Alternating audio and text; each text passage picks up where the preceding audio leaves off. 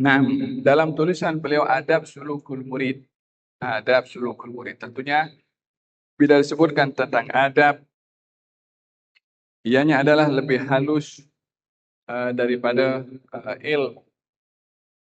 Ilmu ini adalah maklumat yang kita belajar. Adab lebih ke praktikal maklumat yang kita dapat. Seseorang bila mendapatkan informasi, itu namanya dia punya ilmu. Tapi bila dia menghayati dan mengamalkan itu ilmu, itu namanya adab. Oleh sebab itu di dalam Al-Quranul Karim Allah Subhanahu wa taala meletakkan kedua-dua ini antara ilmu dengan adab. Karena orang kadang-kadang berilmu tapi tidak beradab, dan tidak mungkin orang beradab melainkan dia berilmu. Allah berfirman dalam Al-Quranul Karim, "Laqad manallahu 'alal mu'minina idh ba'atha fihim rasulan min anfusihim yatlu 'alaihim ayatihi wa yuzakkihim wa yu'allimuhumul kitaba wal hikmah wa in kanu min qablu lafi dhalalin mubin." Allah berikan anugerah kepada orang-orang beriman seorang rasul. Apa tugasnya? Membacakan ayat-ayat Allah. Apalagi tugasnya? Mensucikan hati dan jiwa. Ini adab. Apalagi tugasnya?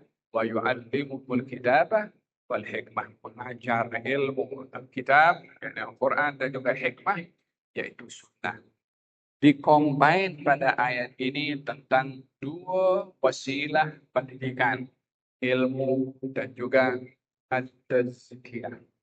Menariknya pada ayat ini adalah Allah Subhanahu wa taala mendahulukan adab berbandingkan ilmu.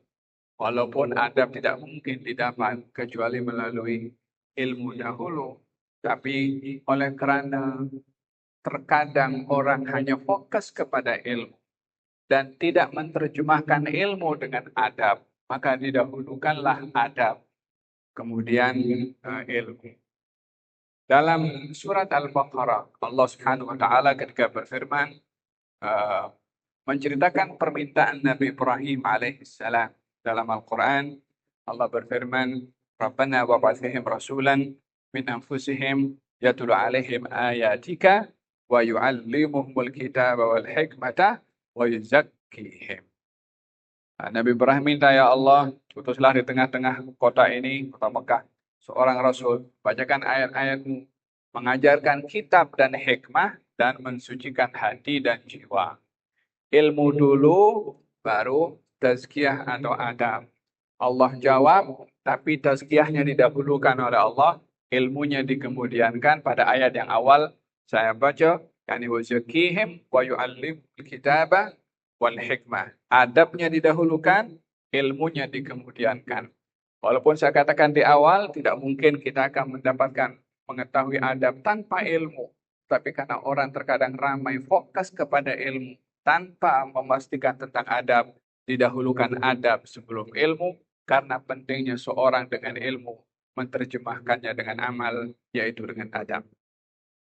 Jadi dalam konsep pendidikan ini, ada dua hal penting, sebagaimana saya katakan, yaitu ilmu, maklumat yang kita sampaikan ini. Praktikalnya itu adab. Oleh sebab itu dikatakan al-ilmu bila amal kasyajar bila tamar. Ilmu tanpa amal umpama pokok tanpa buah.